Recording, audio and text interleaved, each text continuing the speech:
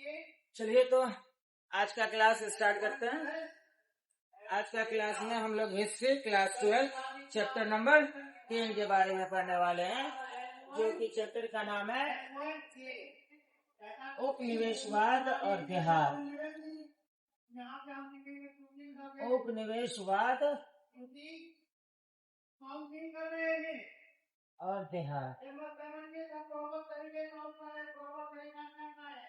ये जो है आपकी किताब का हिस्ट्री का चैप्टर नंबर 10 है, और इसी को हम लोग इंग्लिश में बोलते हैं कॉलोनियलिज्म एंड कंट्री साइड।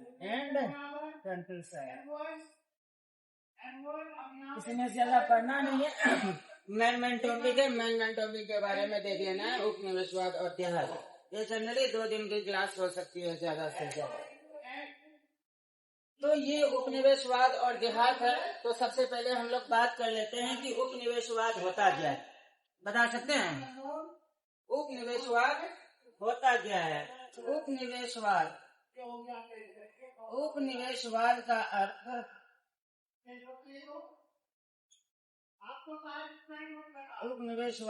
अर्थ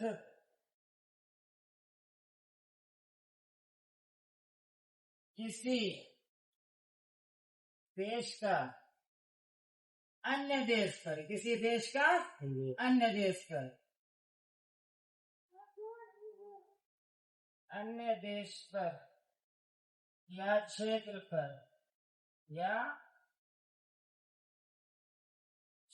पर नियंत्रण होना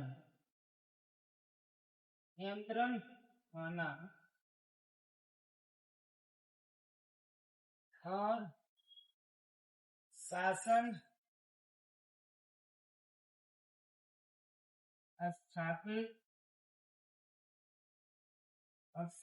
स्थापित व संसाधनों का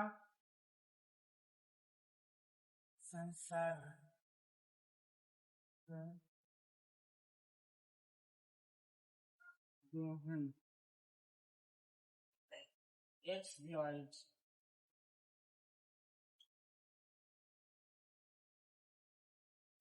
समझे ना? जैसे कि उपनिवेशवाद का अर्थ हम लोग देख लेते हैं। यह सबसे छोटा है, किसी देश का अन्य देश पर या उसके क्षेत्र पर नियंत्रण होना और शासन स्थापित व संसाधनों का दोहन करना, यही हमारा क्या कहलाता है? उपनिवेशवाद कहलाता है। मतलब जैसे कि उपनिवेशवाद में हम लोग बात कर लेते हैं, लगभग ईस्ट इंडिया कंपनी जो है 1600 ईस्वी में भारत आई। ईस्ट इंडिया कंपनी 1600 ईस्वी में कहाँ पे आई? भारत आई। तो भारत में धीरे धीरे वो लोग जो रहा, यहाँ पे धीरे धीरे रहा और धीरे धीरे रह करके यहाँ के क्षेत्रों पे, जैसे कि सबसे पहले बंगाल में है, वो जो है 2 लड़ाई लड़ा, एक प्लासी की लड़ाई, एक बक्सर की लड़ाई। प्लासी की लड़ाई कब लड़ी गई थी? 1757 में। और जो है बक्सर की लड़ाई कब लड़ी गई थी? 1764 में। तो धीरे धीरे जो है भारतीय क्षेत्र पे क्या करने लगा? कब्जा करने लगा, उस पे जो है अपना कंट्रोल स्थापित करने लगा। और साथ साथ में हम लोग देख लेते हैं कि यहाँ शासन भी स्थापित कर लिया, मतलब अपना रूल चलाने लगा। जैसे कि रेगुलेटिंग एक्ट के तहत अपना शासन चलाने लगा, पीट्स इंडिया एक्ट के तहत अपना शासन चलाने लगा, चार्टर एक्ट के थ्रू से अपना शासन चलाने लगा। और संसाधनों का दोहन करना, संसाधनों का दोहन के बारे में हम कल भी बताए थे आप लोग को, जब ये टॉपिक पढ़ रहे थे। मतलब रिसोर्स को जो है, यहाँ का जो रिसोर्स जो था, भारी भरकम जो संसाधन था, संसाधन हम लोग उसको कहते हैं जो हमारे लिए उपयोगी हो। कोई भी वस्तु है जो हमारे लिए उपयोगी होता है, उसी को हम लोग क्या कहते हैं? संसाधन कहते हैं। ये जो हमारा मार्कर है, ये भी हमारा क्या है? संसाधन है। बेंच डेस्क है, ये भी हमारा क्या है? संसाधन है। ब्लैक बोर्ड जो है, ये भी हमारा संसाधन है। तो संसाधन जनरली 2 टाइप का होता है, 2 प्रकार के होते हैं। एक जो हो गया हमारा प्राकृतिक संसाधन, एक हो गया मानवीय संसाधन। जो मानव के द्वारा निर्मित किया गया वो मानवीय संसाधन, जो प्रकृति के द्वारा मिलता है हम लोग को प्राकृतिक संसाधन। तो जनरली ये प्राकृतिक संसाधन को अच्छे से दोहन किया, मतलब इनडिस्क्रिमिनेटली यूज किया। फ्यूचर में क्या होगा, यहाँ का जनरेशन कहाँ जाएगा, उसका आता पता नहीं। जैसे आयरन हो गया, तांबा हो गया, हमारा कोयला हो गया, पेट्रोलियम हो गया, और कपास हो गया, रुई हो गया, जितना भी सब्जा था अच्छे से लूट करके ये लोग जो है अंग्रेज जो है कहाँ लेके गया, इंग्लैंड लेके गया।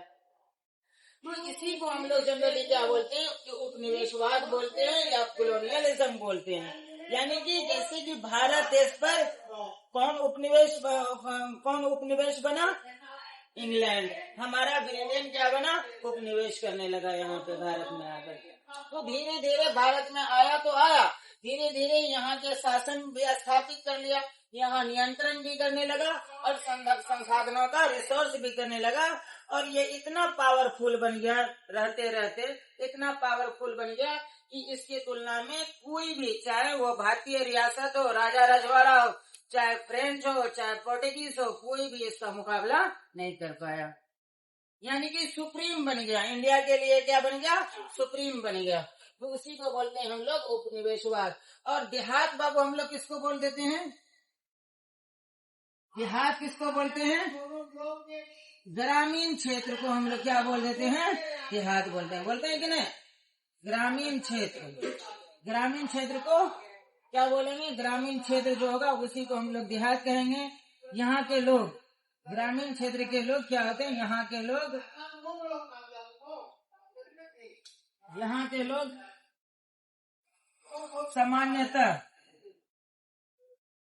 सामान्यतः कृषि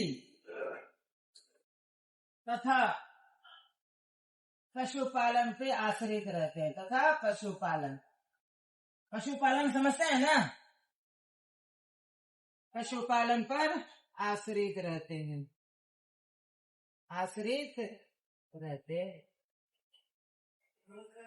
देहात हम लोग ग्रामीण क्षेत्र, ग्रामीण इलाका बोलेंगे। यहाँ का मेन जो ऑक्यूपेशन होता है, मेन जो उसका व्यवसाय होता है, क्या होता है, कृषि होता है, तथा क्या होता है, पशुपालन होता है।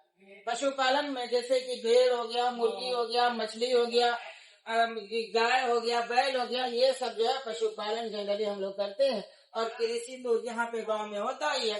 तो उसी तरह से इस क्षेत्र में जो है धीरे धीरे जब जहाँ पे कृषि होता है, कृषि हम लोग जानते हैं कितना सबसे आसान है, क्योंकि हम लोग कुछ लगाते हैं, उपज, उसके बाद उपज कर लेते हैं, आसान तरीका माना जाता था उस समय।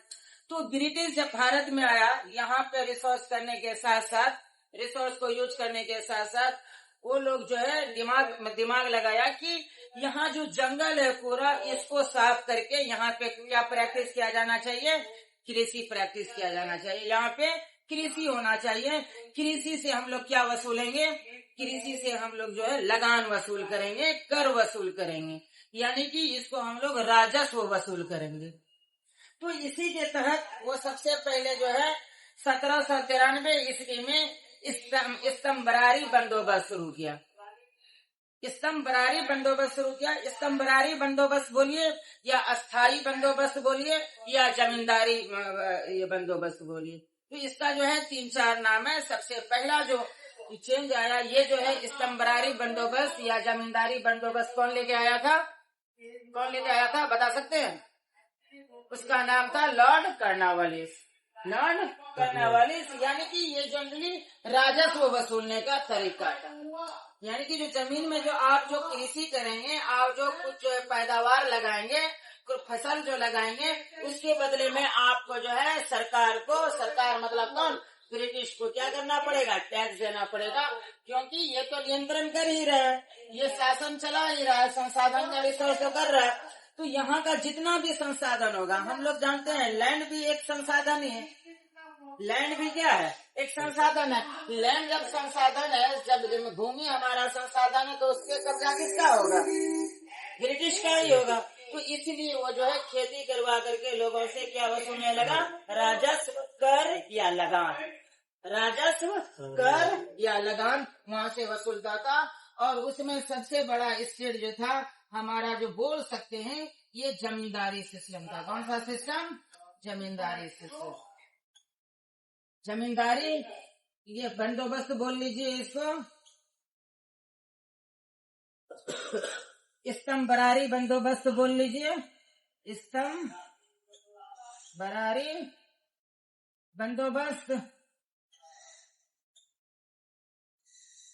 या इसको बोलिए तीसरा नाम अस्थाई बंदोबस्त। ये तीनों आ जाएगा, समझे। अस्थाई बंदोबस्त। जब एनसीईआरटी पढ़िएगा आपको जो है स्तंभरारी बंदोबस्त देखने को मिलेगा, समझे। लेकिन इसको जो हम लोग पॉपुलरली जो है बंदोबस्त, पॉपुलरली जो है हम लोग इसको किस नाम से जानते हैं? अस्थाई बंदोबस्त के नाम से जानते हैं, समझे। तो जमींदारी बंदोबस्त हो, स्तंभरारी बंदोबस्त हो या अस्थाई बंदोबस्त हो, तीनों क्या है? एक ही है। इसका शुरुआत करने वाला, इसकी जो शुरुआत कब हुई थी? 1793 ईस्वी में हुई थी। कब हुई थी? 1793 ईस्वी में हुई थी। शुरुआत करने वाला कौन था? बता सकते हैं? अभी जस्ट नाम लिए। शुरुआत करने वाले का नाम था लॉर्ड कर्नवालिस। कौन था? Lord Cornwallis. लॉर्ड कर्नवालिस जो है इसका क्या किया था? शुरुआत किया था 1793। पहले भी था। पहले पंचसाला बंदोबस्त था, 2 साला बंदोबस्त था, फिर 1 साला बंदोबस्त था। तो इसमें जो है ना टैक्स अलग अलग तरह से लिया जाता था। जैसे कि हम लोग बात कर सकते हैं बंगाल का पहला गवर्नर जनरल। बंगाल का पहला गवर्नर जनरल कौन था? याद है नाम की? नहीं है। बंगाल का पहला गवर्नर जनरल कौन था? बंगाल का पहला गवर्नर जनरल था वॉरेन हेस्टिंग। तो वॉरेन हेस्टिंग भी जो है अपना ये सिस्टम चलाया था, राजस्व वसूलने का जो है ये सिस्टम चलाया। तो उसका वो जो है 1 साला बंदोबस्त कर लीजिए या 5 साला बंदोबस्त कर लीजिए। तो लेकिन अलग अलग टाइम में अलग अलग तरह से ये राजस्व वसूल किया जाता था। कभी ज्यादा किया जाता था, कभी कम किया जाता था। तो इस बार जो है कर्नवालिस सोचा कि हमेशा अस्थाई कर दें, यानी कि राजस्व को न ऊपर करें न नीचे करें, हमेशा के लिए क्या करते हैं? अस्थाई बना दें। यानी कि हमेशा जो है एक ही तरह का जो है राजस्व वसूल किया जाएगा, अलग अलग तरह से वसूल नहीं किया जाएगा। जितना भी पैदावार होगा उस पे वसूल किया जाएगा। फायदा या नुकसान जो होगा किसको होगा? किसान को होगा। फायदा या नुकसान किसको होगा? किसान को। अगर फायदा कैसे होगा? जैसे कि आपका जो टैक्स तो फिक्स रहेगा, निश्चित रहेगा। अगर पैदावार अच्छी होती है तो आपको मान लेते हैं 5 रुपया लगान देना पड़ रहा है और पैदावार अच्छी होने के कारण उसका दाम जो है 20 रुपया हो गया, तो मतलब 15 रुपया आपको फायदा हुआ। कभी कभी नुकसान भी हो जाता था। कभी कभी नुकसान जैसे किसान को कब हुआ? 5 रुपया आपको फिक्स है ही लगान, वो देना ही पड़ेगा। तो लेकिन पैदावार जो है उस बार अच्छी नहीं हुई या पैदावार की कीमत आपको अच्छी नहीं मिली मार्केट में, तो उसकी वजह से घाटा भी लग सकता था। तो इसलिए नुकसान और फायदा को देखते हुए या लॉर्ड कर्नवालिस जो है ये अस्थायी बंदोबस्त किया, जिसको फिक्स कर दिया। और इसकी जो शुरुआत हुई थी 1793 ईस्वी में। समझे ना? ये मेन चीज है। और इस पे हम लोग पॉइंट भी लिख लेते हैं 2।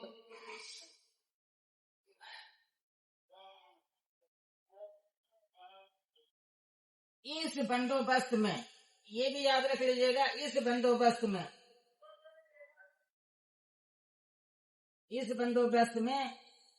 जमीन का मालिक किसको बना दिया गया था? जमीन का मालिक जमींदार को बना दिया गया था। किसको? जमींदार को बनाया गया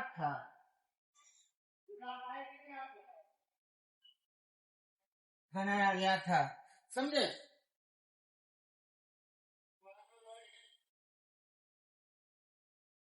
जमींदार को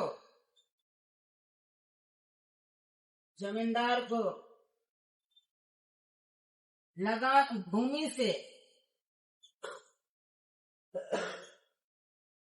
से लगान वसूल करने का अधिकार भी मिल गया था। ये था, समझे? तो इस बंदोबस्त में जमीन का मालिक किसे बना गया था? भूस्वामी किसको बना दिया गया था?